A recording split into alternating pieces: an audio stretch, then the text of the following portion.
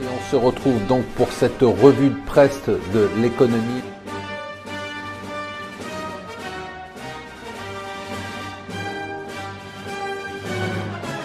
Bonjour et bienvenue sur Mon Financier pour le Morning Zapping. Nous sommes le mardi 10 juillet. Je ne vous ferai pas l'affront de vous dire quel est l'événement du jour. On se retrouve tous ce soir à 20 h et on espère que ça se passera bien. L'autre événement du jour, c'est évidemment ce que donne la une du Financial Times, c'est-à-dire la démission de Boris Johnson. Boris Johnson, donc c'est le ministre des Affaires étrangères, le leader des partisans du hard Brexit. Il suit le ministre du Brexit, David Davis, qui lui aussi avait démissionné dimanche. Alors là, c'est intéressant parce qu'on a deux types d'analyses dans les journaux.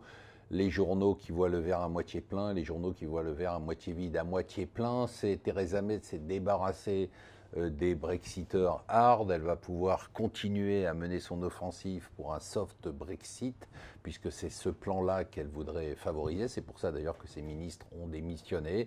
Et donc elle a les mains libres aujourd'hui pour faire un deal avec l'Europe de soft Brexit.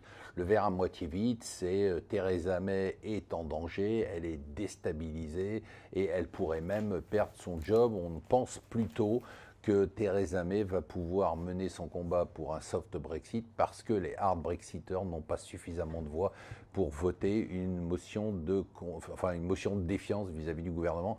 Mais à suivre dans les jours qui viennent, on a eu donc le passage de Macron devant le Congrès. Vous savez que c'est cet exercice qu'il affectionne, où il aime s'entendre parler. On n'a pas dit grand-chose, sauf que, bien évidemment, comme toujours, on a des ambitions absolument démesurées.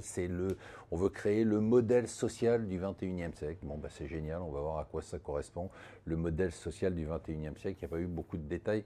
Pour l'instant, il a dit qu'il maintenait le cap des réformes, et ça, c'est une bonne nouvelle. L'autre bonne nouvelle, c'est que, ça y est, le gouvernement s'attaque aux dépenses publiques, et notamment aux dépenses de l'État. Et première conséquence du prélèvement à la ressource, on va sabrer dans les effectifs de la direction des impôts, ex-direction des impôts à Bercy. On parle d'une suppression de postes qui pourrait aller jusqu'à 20 000 postes, c'est normal, hein. Maintenant c'est les entreprises qui vont faire le boulot de Bercy, donc on n'a plus besoin de gens pour s'occuper des impôts. Et on parle quand même de 20 000 suppressions de postes qui a été démenti par le gouvernement sur un total de 50 000 suppressions de postes qui avaient été promis d'ici à la fin du quinquennat. Je ne comprends pas ce que vous faites. D'un côté, certains d'entre vous laissent dormir de l'argent sur vos comptes courants, on parle de 500 milliards d'euros. Puis de l'autre côté, certains d'entre vous, au lieu de négocier un crédit conso, un crédit perso, qui sont pas chers en ce moment, ou même un crédit moyen terme, évidemment, vous utilisez votre découvert. Je vous rappelle que le découvert, ça vous coûte une fortune, hein, et en plus il y a des frais d'incident. Enfin bon, vous avez tout ce que vous pouvez avoir avec des taux qui sont totalement délirants. Il faut arrêter de faire ça, s'il vous plaît.